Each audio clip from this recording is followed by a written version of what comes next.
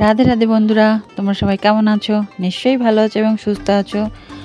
ছোট্ট একটা মিনি ব্লগে তোমাদের সকলকে স্বাগত। আজকে শুধু রান্নার ভিডিও দেব দুটো।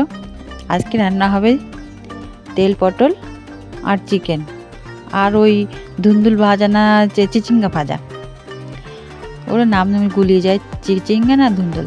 তা তেল পটলের জন্য প্রথমে কড়াইতে তেল দিয়ে জিরে ফোড়ন দিলাম, আর চিকেনের জন্য বাটা হয়েছে পেঁয়াজ রসুন আদা জিরে ধনে আর গরম মশলা আর লাল লঙ্কার গুঁড়ো। তো ভিজিয়ে রাখা হয়েছে। মাংসগুলো ধুয়ে আলুগুলো ধুয়ে গুছিয়ে রাখা হয়েছে, যেহেতু বাইরে কাঠের উনুনে রান্না হচ্ছে না, এই জন্য। দেখো তেল পটলগুলো একটুখানি কষিয়ে নিয়ে তার মধ্যে মশলাগুলো দেওয়া হলো, আদা পেঁয়াজ রসুন আর লাল লঙ্কার গুঁড়ো। এখানে গরম মশলা দেওয়া হবে না, কিন্তু মাংসের জন্য শুধু গরম মশলা। মশলার সাথে পটলগুলোকে ভালো করে কষিয়ে একটু জল দিয়ে ঢেকে মাখা মাখা করে নামিয়ে নেবে। করে দেখো খেয়ে কেমন লাগে।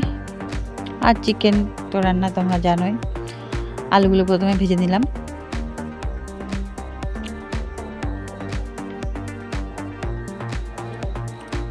আলুগুলো ভেজে উঠিয়ে নিয়ে তারপর ফোড়ন দিলাম,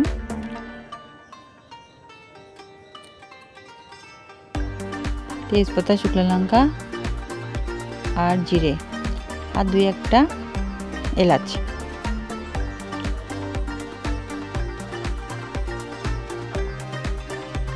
মশলাগুলো দিয়ে দিলাম। মশলাগুলো একটু কষিয়ে মশলা যখন তেল ছাড়বে তখন মাংসগুলো দিয়ে দেওয়া হবে। আজ একটু বেশি করে মাংস নিয়ে আসা হয়েছে, কারণ ওপরে দাদা শ্বশুরের বাড়ি আছে, তাদেরকে একটু দেয়া হবে। দাদা শ্বশুর চলে এসেছে মাংস নিতে, রান্না হলে নিয়ে চলে যাবে। আস্ত একটা টমেটো রাখা হয়েছে, মধ্যে টমেটোটা দিয়ে দেওয়া হবে, এমনি টমেটো গলে যাবে। মশলার মধ্যে হলুদ দিলে ভালো হয়, মানে কালারটা ভালো আসে, মাংসের কালারটাও ভালো আসবে। দাদা শ্বশুরের বাড়িতে অনুষ্ঠান ছিল, আমার মেয়ের জন্য মাংস টাংস পাঠিয়ে, যা মাংস টাংস আমার খেতে আমার মেয়ে ভালোবাসে, তো তাই পাঠিয়ে দেয়। এবার টিফিন বাড়িতে তো খালি টিফিন বাড়ি দেওয়া যায় না, আর যে ঘরে দেয় সেই ঘরে দিয়ে খেতে হয়, তাই না? এবার তাই জন্যই দাদা শ্বশুরকে ডাকা হয়েছে যে মাংসের নিয়ে যাও। নেবে না কিছুতে, কিন্তু আমরা তো দেবো। খালি টিফিন বাড়ি কেমন করে দেওয়া যায় বলো? মাংস এখন কষানো হচ্ছে।